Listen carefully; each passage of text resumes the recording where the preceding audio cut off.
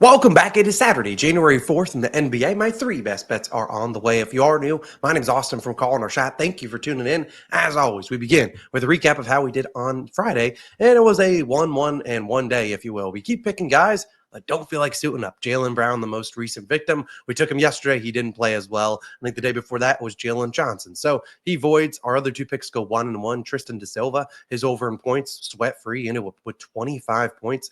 That might be a career high. Either way, he showed up, balled out, cashed in the first half. Trae Young did not come through. In hindsight, should have taken Trae Young's over in points plus assists. But again, he just did not come through with the assists. I think he had 5 in the first quarter. I was feeling good.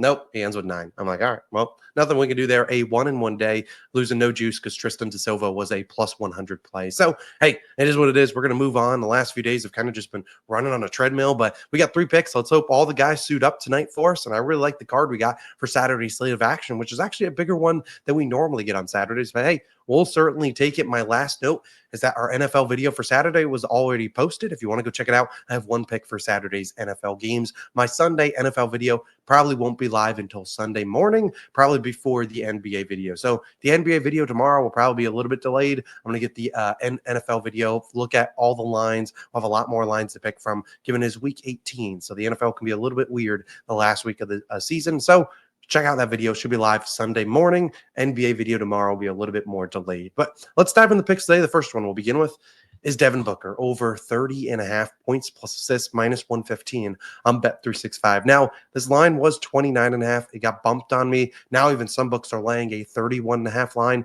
I like that. I like D-Book's regular over in points as well, sitting at around, I think, 25.5. Obviously, we're going to need a lot of points from D-Book, but I don't hate the matchup for assists. We know Devin Booker is capable of a 20-point, 11 assist type game. So I like the points plus assists here. Obviously, individual line, points is the way to go. Now, let's talk about Devin Booker, who did make his return back from injury in his most recent game. How did he do? I'll let you see. Last game, when he returned, 4 for 20 from the field. He absolutely stunk up the joint. 30 minutes played, 16 points, 9 assists. Yeah, he stunk. In fact, he missed 13 of his last 14 shots. He could not buy a bucket. Now, the game he got injured in was against the Pacers. He only played 25 minutes at 17 points, 6 assists, and obviously got injured in that game. Who does he play tonight? The Indiana Pacers once again. So I think there's a great pace-up spot, no pun intended. We think about how he scores. A lot on the free throws where the Pacers are not great defensively. And then pick and roll ball handler, transition, off screen, spot up, you name it. D-Book is obviously a very versatile scorer. The Pacers are better this year than they were last year, but they're still not great. How D-Book do against them last year? Well, he played pretty well. If you're talking about 34 points and assists and then 66, he dropped a 60-point game against them. So obviously he's fared well in this matchup before. Granted, the Pacers last season much worse against the pick and roll ball handler than they are this year, but still not a great defense at all. Now, when these two teams just played a few days ago, this was a game that Kevin Durant scored 37 points. Obviously, D-Book got injured in that one. Not much we can take from that. I just think this is a good spot for D-Book to get going. He's normally a guy like the back coming off a really bad game. Last game, 4 for 20. Like I said, he could not buy a bucket, and he was missing some easy shots that we're used to seeing Devin Booker make. I think he starts to make those tonight. So I really like his over, first play of the day, over 30.5 points plus assists. Individual line, take the over in points. But again, I think there's a way that he could score 24 points and have 8 assists in this matchup. It's not as bad of an assist matchup as it used to be, whereas it's not as great of a point matchup as it used to be. So I think they obviously go hand in hand. I really like D-Book to get going early in this game. Don't even mind his over in first quarter points as well. Didn't look at the line. I would imagine you're probably looking at a line. Let me see. Probably looking at a 7.5 line. Yeah, that's his first quarter points line. Don't mind that at all. My second play is going to be an assist prop. I'm saying a prayer because, man, we have no luck on assist props recently. We take ones, great reads. I have no idea how many potential assists Trae Young had. Maybe we'll check that out at the end of the video. It wasn't live when I was checking pre-video. But this one, we need to see go through the hoop. If this assist prop doesn't hit, I'm out. I'm out on assist props for at least a day or two. But this one I really like, and that's Tyler Hero, over 5.5 assists, minus 125 on FanDuel. Now, I will note, if you're going to FanDuel, if you go to where they have the assist over-unders where you can have like 5.5, 4.5, 3.5, blah, blah, blah, the line is minus 130. But if you go to his 6+ assist line, it's minus 125. So definitely take a peek at that. There's a chance those lines differ. Obviously, you'd prefer minus 125 than a minus 130. So just keep an eye out on that. Sometimes those lines differ on FanDuel, and they did today for Tyler Hero. Now, obviously, let's address the elephant in the room. Jimmy Butler. He is Definitely played his last game as a Miami Heat. He's now suspended 7 games. Yeah, I don't know what the heck's going on with Jimmy Butler, but all I do know is that he will not be playing tonight. And I honestly love that for Tyler Hero. Now, if you look at Tyler Hero, and we'll sort through games where Jimmy Butler has not played, and we just want to look at his assists, you'll see, obviously early on in the season, I feel like he was trying to navigate, no Jimmy. But the last few games, let's just look at these last 4. Heck, even last 5. Look at 9 on 15 potential assists. The Magic, 2 on 8. You're not getting assists versus the Magic. 10 on 14 potential assists, and heck, even 9 on 12 against the Houston Rockets. Now, if you don't know anything about the Rockets allow the fewest assists per game in the NBA. Well, now you get a much better matchup. You get the Utah Jazz. You see this off the screen. Utah Jazz, 27th in assists allowed, 4th most, 30th in defensive rating, dead last. But what you also love to see is that they are actually very good at how Tyler Hero scores. They are 4th defensively against the pick and roll ball handler. So they've actually fared pretty well defending number 1 scores. The problem is they give up so many other things. It's 30th in spot up shooting. And we've seen that in terms of catch and shoot, 3-pointers allowed. The Jazz are number 1 in the NBA. So again, we're talking about a guy in Tyler Hero that should have the ball in his hands a lot, might see some double teams. He's going to kick it out to some shooters. And I think there's a reasonable way to project. I mean, we've been seeing in these last few games, 15, 14, 12 potential assists. So we look at Tyler Hero this season when he's had 10 or more potential assists over in 7 of 11 games, pretty good. Last year, over in 12 of 18. I think there's a reasonable pause to expect him to not just see 10, but maybe in this matchup see closer to 12, maybe 14 potential assists. So again, I think this is a perfect spot.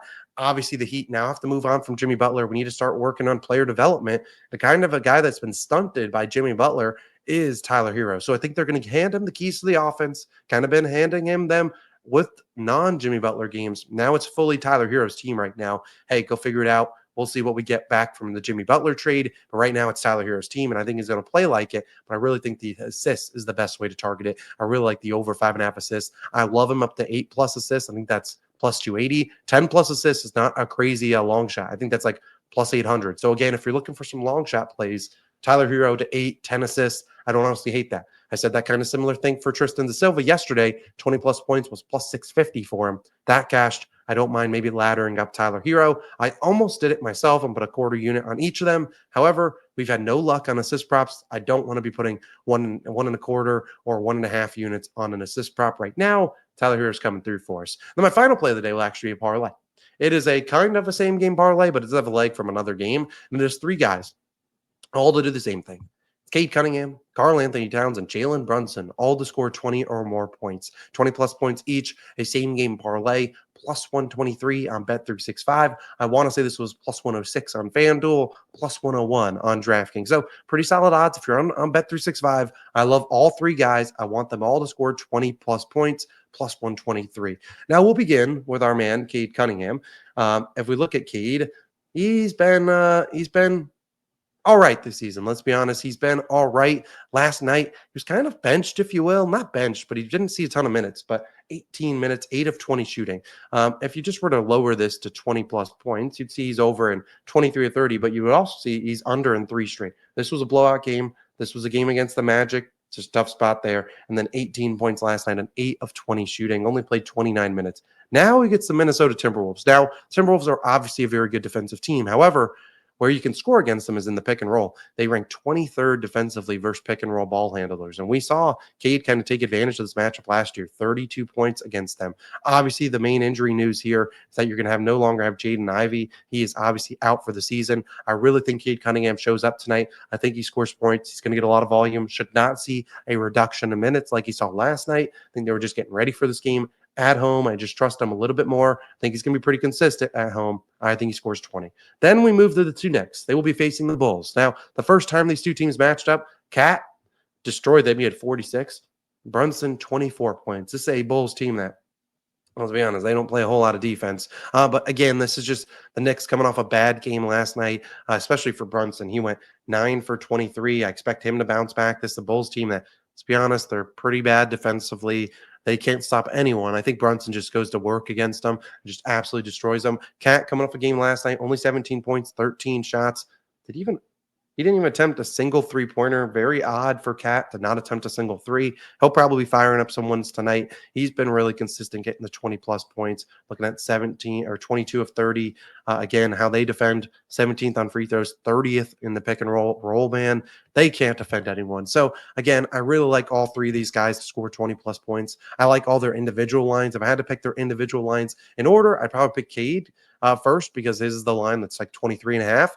But then I really like Cat and then probably Brunson. Brunson's going to get us 20 points tonight. So will Cat. So will Cade. That is a 20-plus point, 3-leg parlay. Let's hope it cashes. So those are my 3 picks. I got nothing else for you. Those 3 guys, well, technically 5 guys to get the job done.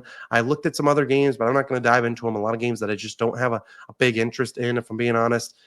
A lot of back-to-backs today. So I'm going to stick to these 3 plays. You see them at the bottom of the screen. You can scroll back in the video to see what we're rolling with. A reminder, our NFL video for Saturday is already live. I'll link that on the screen right here. Go find my favorite pick there. We're on an 8-1 run in the NFL. Go check it out. I appreciate you guys as always for tuning in. My health is still, my voice, you can probably tell, is still not great.